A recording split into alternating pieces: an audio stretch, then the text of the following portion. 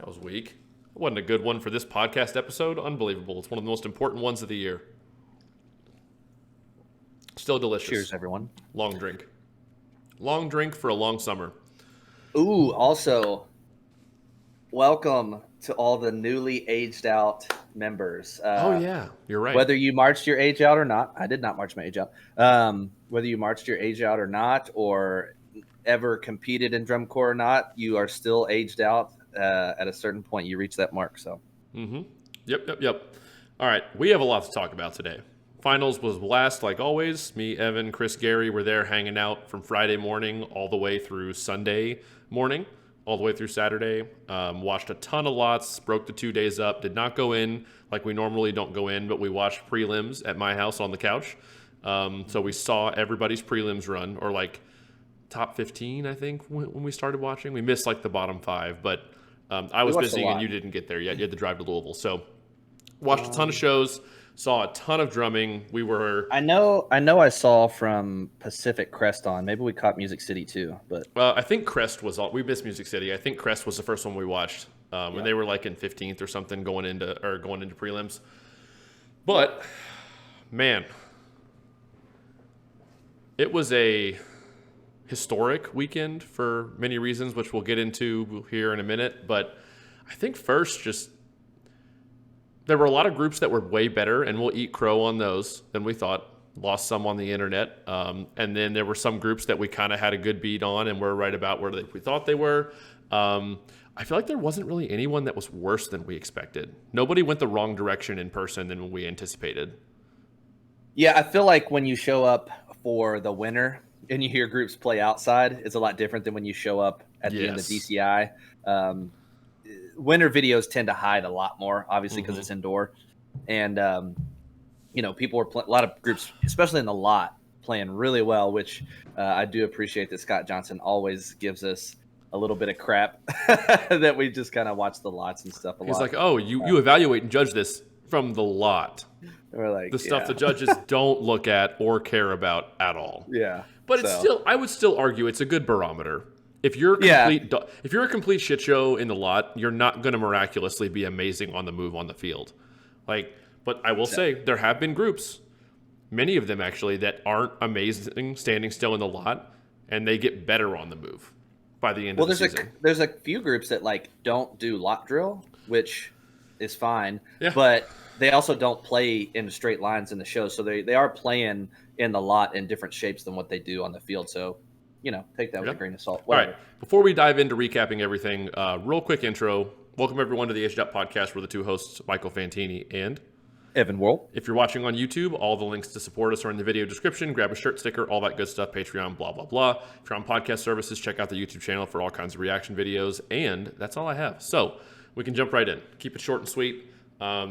I do have a few congratulations before we jump into World Class. Shout out Reading Buccaneers on winning, and we saw them in the lot, caught a few of the other all-age groups, Cabs, Bushwhackers warming up. Shout out to them. Also, shout out River City Rhythm, who I believe I saw made semifinals for the first time in core history, performed in semis. Good for them. Good for them. So, yeah, I just wanted to get those out there before we go. Awesome. All right. Where do you want to start? Do you want to pull up what actually happened and go over how wrong my predictions were, thanks to finals night? Yeah, that's fine. All right, let me pull this up. All right, so we're good. So it's up on the screen. If it's highlighted in green, it means we nailed it perfectly. Got it right on the nose. Blue means we were one spot off. White means 2 or more. And Evan put blue stars in red because he was on a different planet with that one, and I was not much better. So let's just start there. Get that one out of the way. And I don't say that as like we don't want to talk about it. I just mean like I don't want to forget to hit on this. We were both drastically under how good the Blue Stars drumline was. They were immensely better than we thought. We watched them in the lot on Saturday, I think. Yeah, it was Saturday. We watched them in the lot, and we're both just standing there like, yeah, they're a lot better than we thought. This was a result of some of the videos out there weren't super flattering from really early in the season. There wasn't a lot of content from the mid and late season. And then they'd gotten 13th in drums in Allentown by a very thin margin. And so we kind of just trusted what we had seen. And this is one of those instances, really, where, there's a detriment. We can't really gauge all this from our computer desk chairs all the time. It was pretty cool. Actually, Greg Power, who's like the battery caption head there, reached out and like sent me their tape because I like listening to tapes, and it's fun to see that, get that experience of me just kind of being the judge's perspective. And told him, I was like, man, I'm gonna have to eat some crow on that one, which I'll gladly do.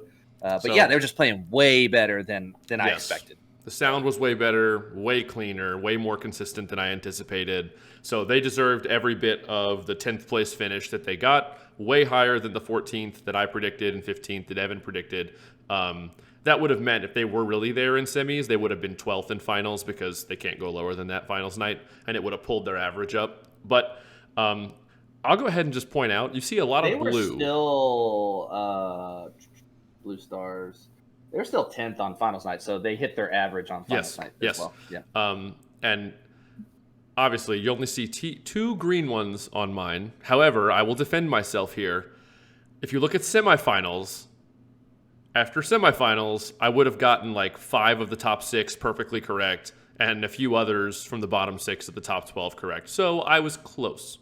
And I'll take a bunch of blue. If I'm only one off on a bunch and I had to, because I told you when we did the predictions, there's a lot of pods that it could go any direction in the end. And my pods, seeing all the blue on my column, were pretty much right. I was only one off on most groups, and they just were close. So they flip-flopped.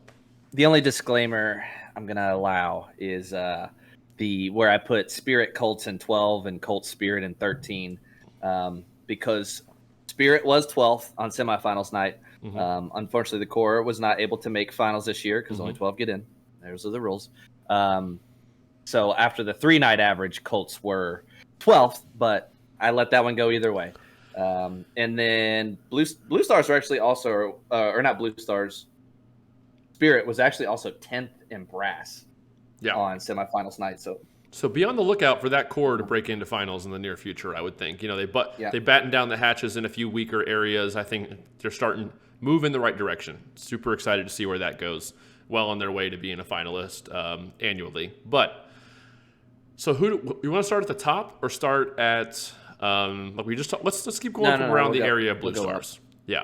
So we just talked about Blue Stars, said how wrong we were. Scouts, Crests, we all had them in the right range. Same with like Music City, Crossman Academy, a little bit off, Academy a little lower, Music City a little higher, Crossman close. That again, that's that pod, one of those grouping of 3 that could be. We said Music City were the ghosts of the internet for the season. We really didn't know what to expect there. So take that for what you will. Man, I did talk to Eric Shriver about Crest a little bit. Watched them. He was in the lot Saturday, and you and I talked to him watching Blue Stars actually for a little bit. I just asked him how the summer went. He said, we had a young group this year. If I remember correctly, Eric, if you listen to this, and I'm totally misremembering, it was a long weekend. I'm pretty sure you were telling me it's a younger group, but they were awesome to work with. Had a great season, and trying to listen through all the shots happening. Yeah, right. A lot of sound around me, understandably, but yeah. So they had a great season, according to him. I enjoyed the product they put out every year.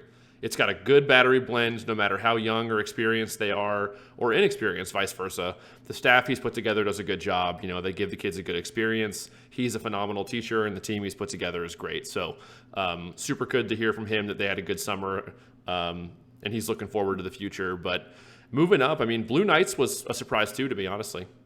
The sound was much better than I expected going into it.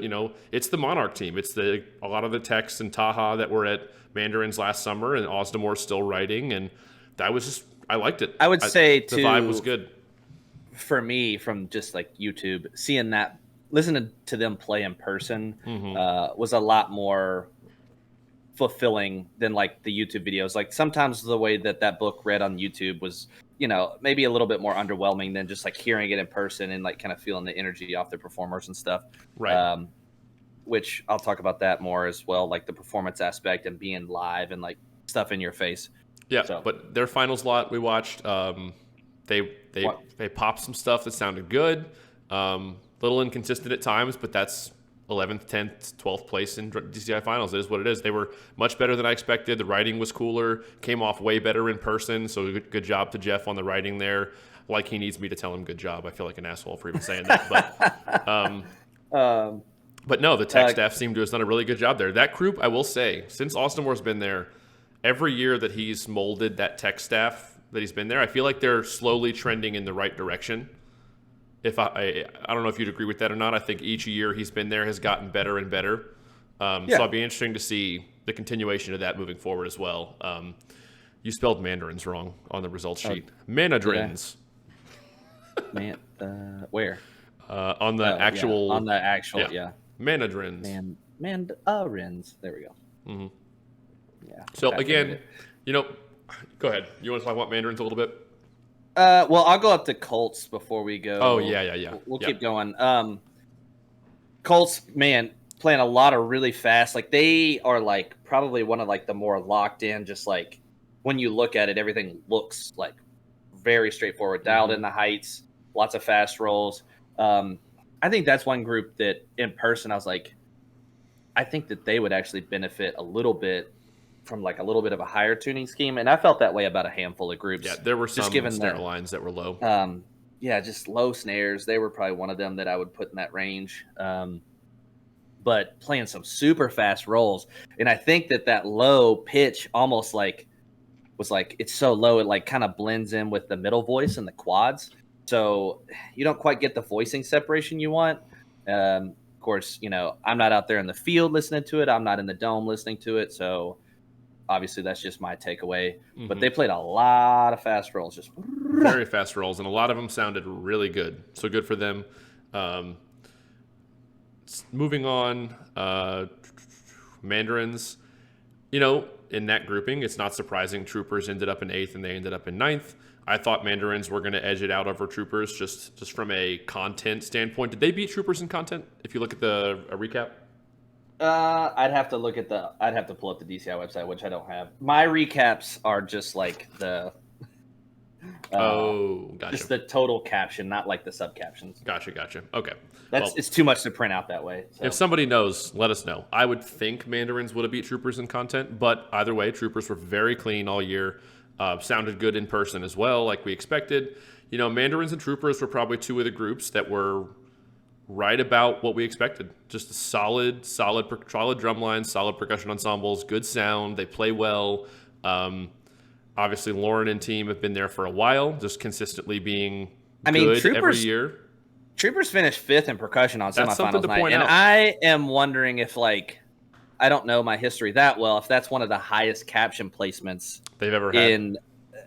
I don't know about ever, because they've been around a long time, but, like, for sure in the last 25 years. Probably. I would, if I was a betting man, I guess I'd believe that on face value. I'd believe that. But yeah, good for them. They popped the 5th place and that just tells you again, clean wins. If you play really, really freaking well, maybe you won't be able to win if the content's not there, but you can be extremely competitive. And again, I don't want to make it sound like the freaking Troopers played check patterns the whole time around the field, because they did not. There was more substance to it than that. But I really just appreciate the consistency of them year in and year out and what they're able to put together. So kudos to them for sure. But yeah, Troopers and Mandarins were the two that surprised me the least in a good way. I thought they were good going in, and they were good when I saw them in person.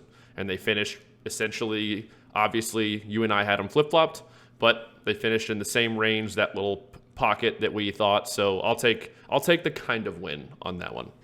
It does make me wonder from like a design standpoint if, like, on semifinals, SCV's in 2nd and percussion and Troopers are in 5th. If Paul and Sandy that's a little too close for comfort. I don't know about this. Nah, they're probably happy for their former students, but that is funny. All right. Speaking of Rennick former students, Phantom Regiment finished 7th, which, as you can see, you had them in 4th. You were way more high on them going into finals week than I was. I still stand by, if we were probably judging off battery lots, they would be 4th. Probably. But, however, unfortunately, you get judged, or fortunately, depending on how you look at it, on the move, running around a football field, and something I'll get into here in a little bit, that is way harder to be good at than I feel like the average fan realizes when they're trying to split these hairs and compare these groups and predict who's going to finish where. And so I said this in the predictions about what I thought about Phantom. I really pronounced that T in that word, Phantom. I don't know why I said it like that, Phantom. Do you want a Fanta with your Fanta? Yes, Fantini wants a Fanta. Oh, no. That was a mistake. I should not have said that. All right. Anyway. Phantom Regiment. I said this going into the predictions just because I'd heard them on the move a few times, saw them at Muncie in person.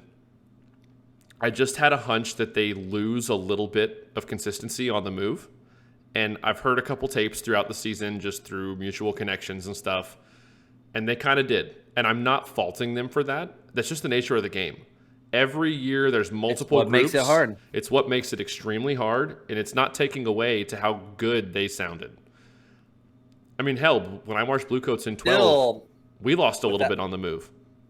It is what it is. Still, without a doubt, my favorite percussion ensemble of the summer. Yes, the writing was awesome. The kids played their butts off, but, it's just that game of what separates the top three groups is they can do it on the move more consistently, and that's that last hurdle you have to get over to get into that top echelon to me. And Phantom was close, had an awesome design package. The kids played extremely well. 7th place is nothing to sneeze at. There's moments on in like the finals lot and stuff, they're in the snare circle, or like I heard on the stream on prelims night, or actually our friend Chris Gary was in the arena or in the stadium on the 50, was texting us live updates about like who just threw down, or this feature for this group sounded a little gray. Like he's like, Phantom sounded phenomenal at points in the show. He said there were just a couple times he just heard some stuff fly, and it is what it is. You can't avoid that. Everyone fights that battle all season. No one was flawless. And we're going to get to that in a minute too.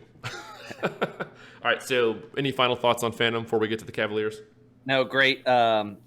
The one thing I would say is that I thought overall maybe the lack of show theme would maybe prevent them from being like 4th or 5th overall. I'm not saying that that's what did, because they ended up 6th overall, but I felt like I was just like, I could see this maybe being like just a little bit of a detraction, having a show that doesn't have. But it was a great show, and I think it did touch a lot of people. So, and I will add, Phantom didn't finish 7th from anything they did. They finished 7th because Crown ended up way higher than we thought they would be. Not way higher, just a couple spots. But we'll get to Crown in a second. Let's talk Cavaliers first. So technically, Crown was the wild card, basically, that made you and I be wrong on Cavaliers and Phantom, or me be wrong on Cavaliers. You be wrong. So, although I didn't put Crown above them, so yeah. True. All right, Cavaliers. Yeah, just the green team is like on an upward trajectory. Josh Brickey and team first year, Lee Allman writing, designing, the tech staff, the kids and stuff, and like the core as a whole too, just kind of overhauled this year. So, kudos to them. The core made a jump from 11th to 9th. They were sitting 8th after semifinals. Yeah. 8th place at times. So, a three spot bump from year to year. So they're moving in an upward trajectory. Mm-hmm. It got some momentum. I hear there's actually a couple of the members were messaging really young group, potentially 8 snare vets if everybody comes back. Yeah, I was going to get into that, and that extends to the entire drum corps. Now, a friend of ours made a joke in his group text when we said that to them after we found it out, how, just speaking of the snare line, he's like, they have 7 people that could come back from this year because they aged out 1. And they have a kid that marched on the end in 24 who couldn't do it this summer because of school. But he's planning on coming back for 26, so they could have 8 snare vets. And our friend goes, yeah, we've heard it before. Everybody's coming back, and then it never works out. So sometimes it does. Occasionally it does. So hopefully that one for Bluecoats year that we got robbed of. I still dream about when they had a 9-man vet snare line that didn't ever happen. I still dream about what that could have been there, because that could have been something special, I think. And then our Rhythm X 2011 to 12, all 7 of us that could come back came back. So, yes, yep, yeah. We did. All 7 did. It does happen, but it's not common. There's always one life person happens, who's like, school, oh, this came up and money issues, or I have the school thing that came up, or I had to move, or whatever. So, but I hope for my sake in getting to watch it that they all do go back. So yeah, they have a few. They only aged out a couple of the quad players and a couple of the bass drummers. Like that drum line could be coming out for blood next season if they all get to come back and they fill in the couple holes with solid dudes. And like, I will say this too. I learned this earlier. The entire core of the Cavaliers only had like 32 age outs across the entire drum corps. So you could see the Cavaliers make a jump again. Again, everyone's coming back, and then only like 70% of the people that said they could do. But it's just promising for the future of seeing that core return to the glory that it's seen in the past, and they're moving in the right direction. The percussion staff, not yet. It's like 32 total. What's the member capacity now? It's like 165 or something. Yeah, so they only aged out like 20%, give or take a little bit. Now I don't know what the average age out count for a drum corps is. It could be 25%. You know what I mean? Obviously, Blue Devils might be higher. Boston Blue Coats might be higher. Depends on where you're at in the rankings and performance level. But no, Cavaliers, the team there knows exactly what they're doing. They know how to clean a drum line. I would argue the Pit probably needed to do a little more in terms of the content they were going after. But again, it's first year Rangers working together. Lee Allman. They still were clean. You don't get sixth place in drums if your front and or battery is not really good. It's just not a thing. So I'm not taking anything away from them. I think I think the battery was a little bit better than their front ensemble, but I think a lot of people would agree with that. I don't think it's probably a safer to hedge your bets on like we talked about, like clean is everything. Like maybe take 10% off what you think is capable because you can do it versus like shoot for the stars and like just be fighting and trying to grind your teeth and not get clean at the end. Yep. That probably hurt more. So yeah. All right. So Carolina Crown. This is one we got to talk a good amount about. Home team. If you look across that percussion section's 3 nights, it was a slingshot. It was like a yo-yo, up, down, up, and like. I think Brooks had them in 6th on finals night. I think they were 8th on semis night, and they got 5th on prelims night. They were 8th on semis. Mm-hmm. And on prelims, I have so many spreadsheets. I'm sorry. They were 5th. So 5th, 8th, 6th. Okay, so yeah. And maybe they had really good runs prelims and finals, and they had an average run on semis, putting them down in 8th. No matter where they finish, I am a little salty because I was very close to having the entire top 6 completely correct. And I thought Vanguard was going to beat Blue Coats. Blue Coats pulled it out. As an alumni, I'm happy that Blue Coats beat Vanguard, but at the same time, for my predictions, I would have liked to have seen more green on this page, but it is what it is this year. I could kind of feel that one coming, though, when we did the reaction to them from Robert's video. Mm-hmm. And I was just like, I don't know. Like, they're down in Texas. They're hanging. Like they're going to catch a second wind down the end of the season. Yep. And they did. So. And as I said, like, for the new staff, the new perk team, like, huge W. Like, huge W. Crown. We're talking about Crown again, everybody. Yeah. I thought you were talking about Crown. But No. So... yeah, you're good. So anyway. We'll talk about Crown. I agree. The only, and this is a personal complaint. This is nothing to take away from the level of clarity they achieved on the move and standing still. The front was obviously solid. The sound the snare line got was a little harsh for my taste. In terms of like hitting the drum as hard as they did. And maybe overly aggressive at times. The low end was a little tighter than I would have preferred. The tuning was very good. Their tuning cut through that dome probably better than almost any other chorus group besides Boston. Mm-hmm. Their tuning was right on point. Yeah. I just think this snare line approach was a little too much for my taste. And that is subjective. That is not saying it's bad. That is a personal preference comment. That's the only thing negative I could say about that first-year team. I do think the first-year team, I didn't talk to anybody about this, so this is just my intuition / thoughts. They're probably trying to establish an identity of like, what do we want Crown percussion and Crown battery to be? And it's an East Coast drum corps, it's run and gun, and I'm sure they probably talked about we need to be aggressive, like we need to have energy, we need to blah blah blah blah blah. And they probably had some clear things they were trying to achieve, which I think that they really did. So yeah, I mean, maybe they can refine and start to tweak things too. So hey, like every group, like some groups already made show announcements. Like Troopers already announced their show like 2 days after. I will argue. So potentially the aggressiveness and that more intentional way they place the notes on the head of the drum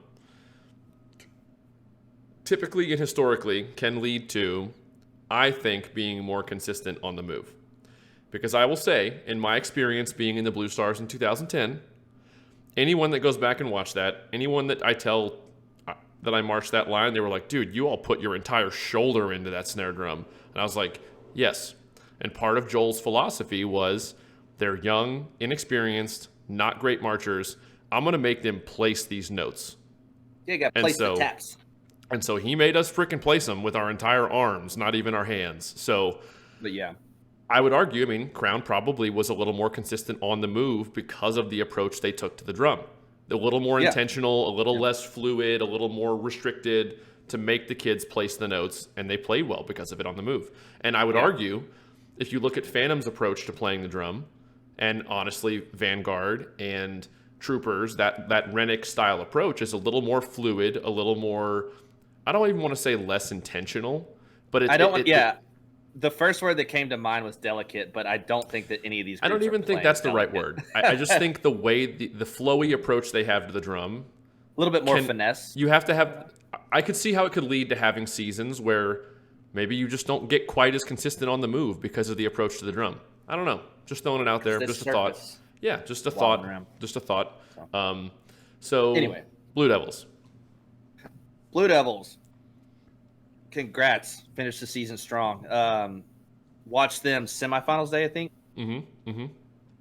Yeah. And, right away, it was like, this is why we talked about what we talked about on the reaction video we did to them.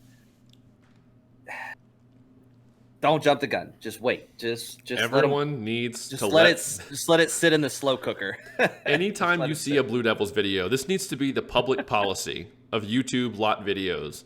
Anytime you see a Blue Devils video before July 20th and you want to talk about anything negative, oh, they're dirty, they're terrible this year, just shut up. Just wait another week, get to the end of July, and then watch them, and I guarantee they're going to be a lot better. And I have 2 points to that kind of contradict each other.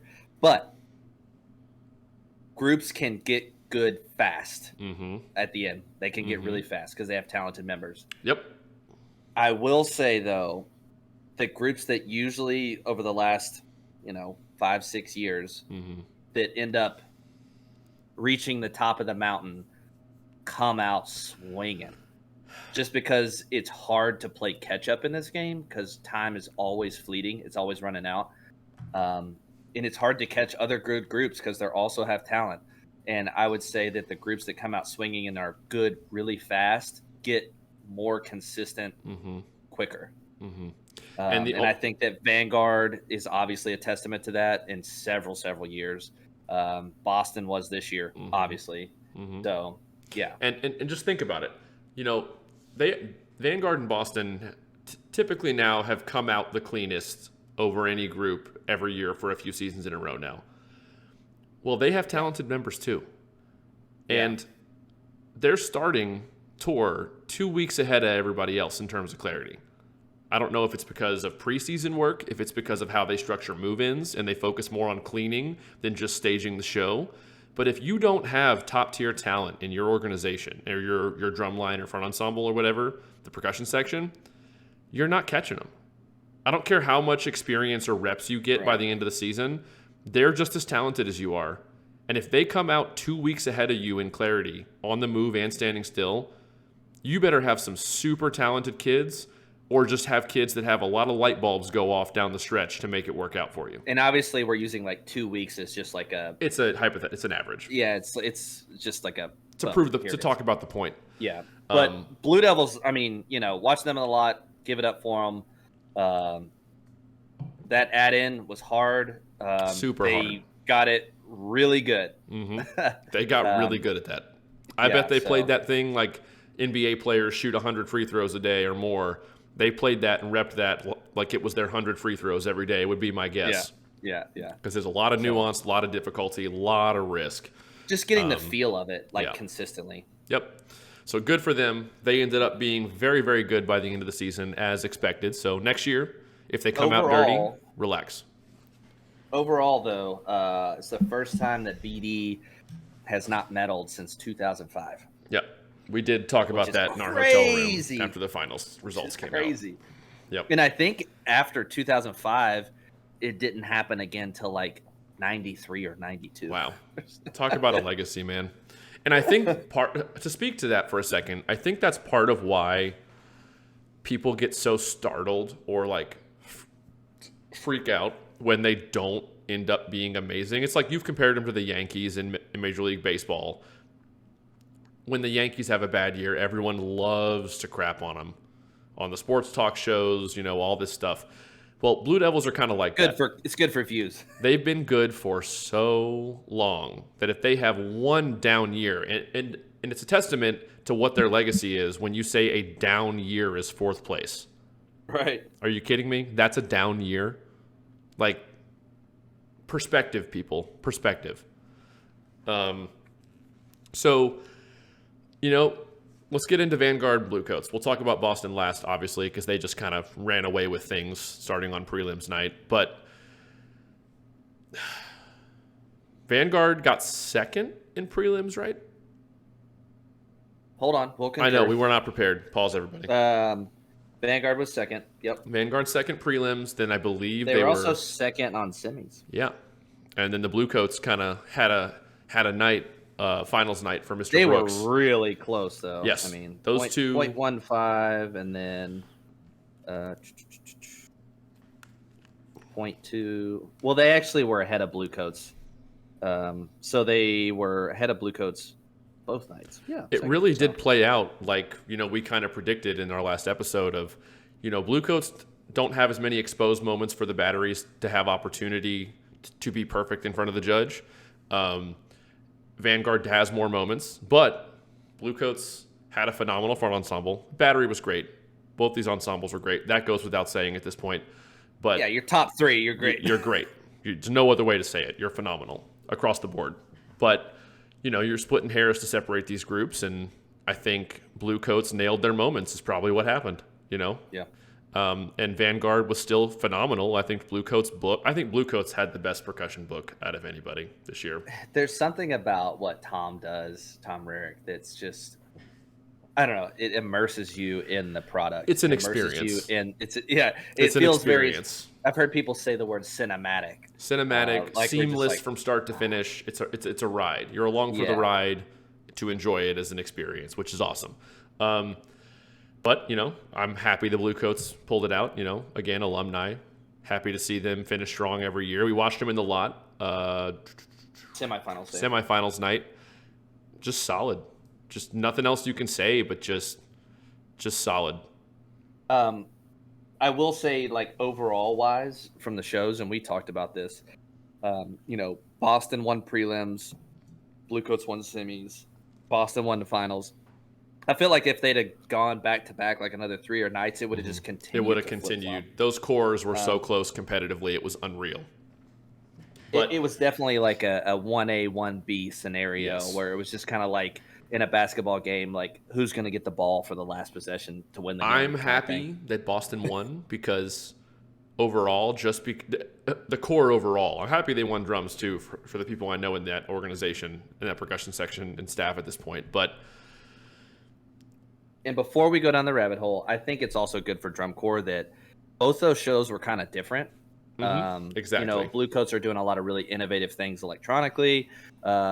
design-wise. While also doing very traditional things, moving and running. Like, I mean, that opening kind of thing where they unwind with the brass and then just like run into that double layered arc. Great. So good. And then Boston just, running and gunning and just doing hard stuff really well. I appreciate what Boston did because it was in the members' hands. The members' achievement, they won brass, they won guard, they won drums. That is what I want as a viewer. I want the kids to control it and earn that shit, and they did. So, which the guard is on a heater. They have won 5 out of the last 6. Wow, Singali trophies. Wow. But I want to talk. And I was like, "Oh, has anybody ever done that?" And I was like, "Oh yeah, BD won 8 in a row one time." Yeah, I want to talk about Vanguard for a minute before we get to talking about Boston and their historic score they received on finals night. I think this was one of those years where Vanguard comes out swinging and they're great out the gate every year.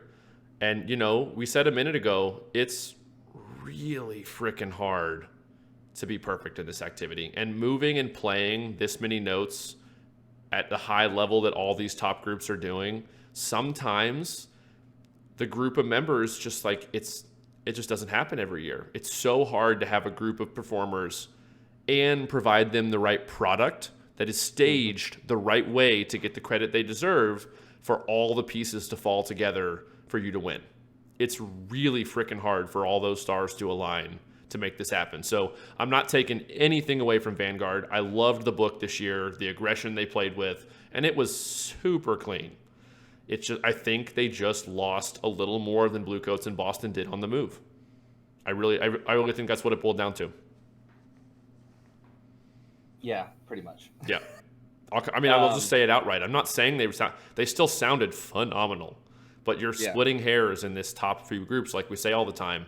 And I think I would argue all 3 of these groups lost a little bit on the move. If you listen to tapes of them versus lot videos or standing in the lot like we were listening to them, that's just the nature. Every single drum line loses a little bit of clarity on the move. It's just the nature of the activity. One just lost less. Yeah. Bluecoats and Boston just lost a little less this year. And Boston lost the least. Correct. All right, so you got stuff to talk about with Boston. I'll let you take it away, and then I'll chime in. I think it's good to point out, we're going to talk about it, dominant all 3 nights, just dominant. I mean, I think they kind of won it on prelims night. Yes, prelims, I think the gap was 0.35. Substantial. Semifinals 0.2, still substantial. And then finals not 0.3. So it's just very definitive that it wasn't really close. Was the best group. For anybody listening that's been in any group chat, the standard for a perfect score does not mean it was a perfect run. That has not been what it is. That has never been what it is. Yep. Even in the tick system, I could tell you that because I got some data to prove that. So, scores aren't locked in till the end. If I would put myself in Brooks's shoes, I'm sure he was just like, man, like, that was just like incredible. Like, I did hear the tape. It was out there, then it was not. He called like a couple minor things, but and when we say minor, it was real minor. Real minor. But at some point, you just got to be like, I've heard Jeff Prospery do the same thing on Phantom 06. Like, they were freaking throwing down, and then they ticked like a little triplet pickup, and he's like, "You ticked that one thing, but like, who cares?"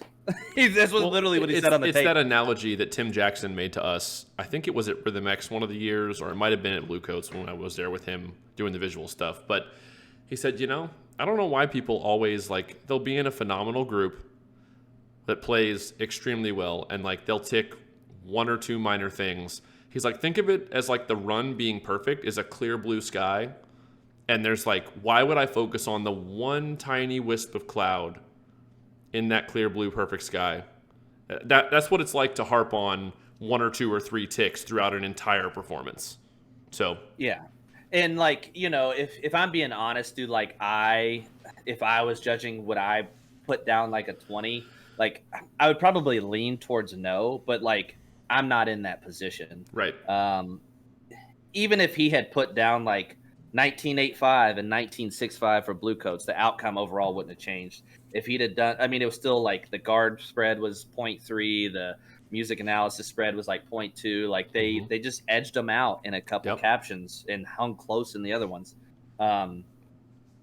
So like, I don't think it's taboo. I don't think it's like perfect scores shouldn't be thrown out. Because if you're gonna say that, then you're gonna have to wash a lot of history out. So do you want to pull that up? Yeah, it's what I was about to do. Evan has done a lot of homework and gone through and created another table that basically goes over all the perfect scores that have been given out in DCI across all captions. So These are all the ones that I have found. And even if you look right off the gate, like 1975, there was one judge that gave 3 groups a 10. Like he tied them in one caption, like gave them all. Yeah. GE M&M also stands for marching and maneuvering. So like you can go down through the table and just see there's been so many perfect scores given out. I even went as far as to break it down by decade. There were 13 in the 80s. Did I not include the 70s? Maybe I didn't. I don't know. So there were 13 in the 80s, 15 in the 90s. You skipped the 70s. 7 in the 2000s. So the 2000s were the least perfect score given. 2010s. I just missed a grouping. That's all I did. 70s should be. I'm gonna fix this right now. 19, because I actually wrote this down on paper. All right, he's gonna update it real time, folks. The point is, it's not while he's 15, doing that, it's not unprecedented 7. For a group to get a perfect score. You know, I think everybody freaked out because... There, I updated it. Okay, cool. I think everybody freaked out just because we've only seen it in percussion one other time in the 87 cadets. So everybody... It's actually only happened in, like, the modern brass once. Yeah. So it's just something you don't see. If there was a group that... I think a friend of mine told me this earlier. He's like, who taught this summer? I won't say where. I don't want to out anybody, but it's not really a bad comment. He's like... Boston, if that Boston product, that percussion section is going to get a perfect score, I watched their finals run in the stadium with a good viewpoint, good spot, and it was freaking flawless as an audience member. He goes, honestly, it's probably one of the cleanest things, if not the cleanest things. And he was talking about the entire drum corps, their entire performance. Yeah. He was like, it was probably, those kids were on fire. And I teach at a different course saying that, sitting there watching this. And he's like, it was the cleanest thing I think I've ever seen happen on a field from any drum corps ever. He goes, so if that percussion section is going to get a 20, I'm okay with it. Just phenomenal. So, yeah, like actually the 1990s and 2000s were like the least prone. I mean, 2010 I feel like is a little bit skewed because like BD had 9 in 1 year in 2014. Yeah, a little bit. The color guard got 20s all 3 nights. Yeah, so but the GE and visual are throwing them out like hotcakes, and there's only been 10 music captions ever. So true. So I would tell everybody, well, I think that makes more sense to me because the GE captions are a lot more design-based, and you can design a product from an effects standpoint that is deserving of a 20, even without a perfect execution from the membership on the field. So that makes more sense than the more of them would be GE. What I also found interesting was that since 2002, I tracked the group that got the perfect 20. In that caption, how far were they from second place? And none of them were like 0.1. They were all 0.2 or higher. Some of them even up to 0.5, which means like it wasn't like a numbers management thing. It was just people being like, this was a dominant ensemble. Boom. Mm-hmm. Clear and cut. Yep. I think it's less about the number, more about the spread. Like they were 3/10 better this year. They were 2/10 better. They were 4/10 better. Like throw the number out. I want to talk to some perspective really quick. But before I do that, I'm going to go back to the results sheet. I didn't have a lot of green in the percussion predictions. However, if you go to the overall core, I got half of them right, and both of us got all of the finalists completely correct. But again, that wasn't hard to do. There was a clean break in Allentown between 12th and 13th, so I don't want to pat ourselves on the back for that. But just want to point out, from an ego standpoint, we did pretty well from the overall core placements. All right, moving on. I want to talk about really. Go ahead first. Go ahead. No. Mine's completely. Oh well, I mean, mine's not really related to that either. So. Go. Okay. We mentioned a few times throughout this how hard this activity is, and just for perspective for everybody. One, everybody ticks. No matter what group you march for, whether you're a Blue Devil, whether you're a Boston Crusader, whether you're a Cavalier, whether you are the center snare at the Blue Stars, whether you're in Genesis, every single member of every single drum line and front ensemble ticks. I would argue it's probably never happened in the history of the activity where an entire drum line had a perfect run for an entire show at any point in the season, where not one person wasn't a little off on balance on some roll or some attack for a split second, or it's really, really hard. And or I know some soloist hits their sticks together on like a solo, like in a championship ensemble or something. Stuff happens. Every single ensemble I stood in front of in the lot, not even moving around, standing there. We're standing there going, tick to tack, overbalance roll, quad to snare blend wasn't good, tick, bad pickup. And it wasn't like it was one person in the entire drum line. It was like over there to my right in the middle of the snare line, that guy, the guy next to center just ticked that attack. Even in the middle of drum lines, it is so hard to be perfect. I think that's what drives all of us to love this activity, is the pursuit of perfection, because it's basically impossible. There's too many moving parts, too many people, and that's what I say that because Boston dominated all 3 nights in drums. I stood in their finals lot and watched the whole thing with a good viewpoint of the bass line and that half of the snare line. That's a whole different rant we're not going to get into now on this podcast. Sit down if you're in the front of a lot. I don't care if you marched there or you're a staff member, but if you're not we need to get bleachers or risers. If you're not actively teaching during the lot, if you're an alumni back, I love that you're coming to support your corps. I love that you marched 10 years ago. Let's all just sit down. Sit down. Because we're not created equal, and some people are taller than me. Yeah, sit down. If you're in the front, please be seated. All right. Moving on. Boston ticked in the final slot. Multiple times. Different people across the drum line. It is what it is. We pursue perfection, but it is very... And I think it was TJ Chiquette standing next to me at that moment where I had the realization. I was like, man, we pursue perfection every summer. Everybody doing this does. And you're standing in front of the percussion section, or the drum line at least at that moment, that dominated everybody, even other extremely good drum lines and percussion sections. And there's still kids overbalancing on a roll over there, or the bass to snare blend on that 8th note roll didn't start perfect, or... That's why I tell my high school kids that I teach, whether it's visual or drums or whatever, it's like, don't be afraid to tick or mess up, because it's going to happen. It's going to happen, and roll with it. You just got to go for it. Roll with it. And, so I don't know really exactly what the point of me saying all that is, beyond it's hard. Cut the kids some slack if you hear a tick or two. Don't expect perfection every time you stand in front of a group, or you're going to assume they're bad. Nope. So that's all I'm saying. The one raindrop is not going to ruin the day. Yes, one cloud in the sky doesn't make it frickin' awesome to stand in front of. And if you're a member and you ticked something at an important moment one time in the finals lot in one of your movements on an attack or something, do not beat yourself up over it, because nobody cares. Oh, literally nobody cares. Our semis lot 09 was trash, and that was the best show of the year. Yeah, nobody cares. No one's going to remember a week from now. No one's going to remember a week from now. I'm sure you all still sounded great. There's no reason to beat yourself up over, I messed that one attack up in measure 7 of the second chart when we brought our sticks back up, or who cares? All right.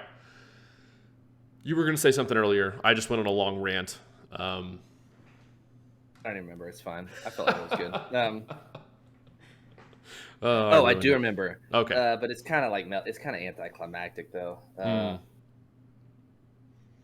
No, I'm not gonna say it's fine. It's stupid.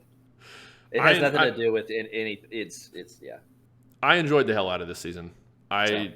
I thought there was a lot of really good percussion sections, some really cool shows on the field. I loved that in the end, it came down to two very different design shows. One that to me was more traditional drum corps at its core, run and gun, fast drill, fast, just pursuit of excellence kind of drum corps. And not to say that obviously there was GE and everything, but it was more of a traditional drum corps show from my perspective, competing neck and neck with the Bluecoats, which is a much more modern drum corps show at its core, which is also awesome. And they were both still at the top of the activity. And I think that just speaks volumes for where we're at right now, that both can compete depending on what approach the specific corps chooses to take. So I enjoyed watching it. It was really cool. Really clean at what they were doing. So yes. And I don't think across 3 nights of finals, I'd been anticipating recaps as much as I was this year. Because there was some wild stuff every night, and it was super fun as a fan to follow and track. And hopefully we get that every year, because I enjoyed the hell out of it. Yep.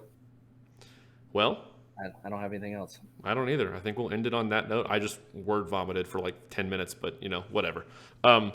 Thanks for hanging out, everybody. We don't have anything else. We loved this season.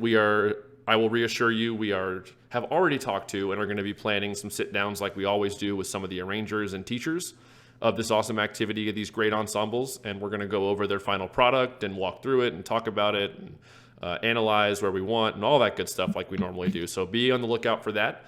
A couple more reaction videos are going to be coming to some of the groups we didn't get to, because now there's really good finals lot videos of a lot of these groups to use. Blue Stars for one, for sure we'll be getting a reaction video in the near future. So be on the lookout for all that, and then we'll just go right into our what's the word? Limbo. Purgatory.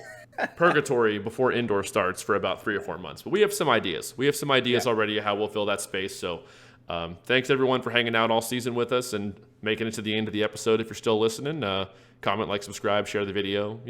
Video links to support us are in the description, and we will see everybody in the next podcast or reaction video or whatever. Peace.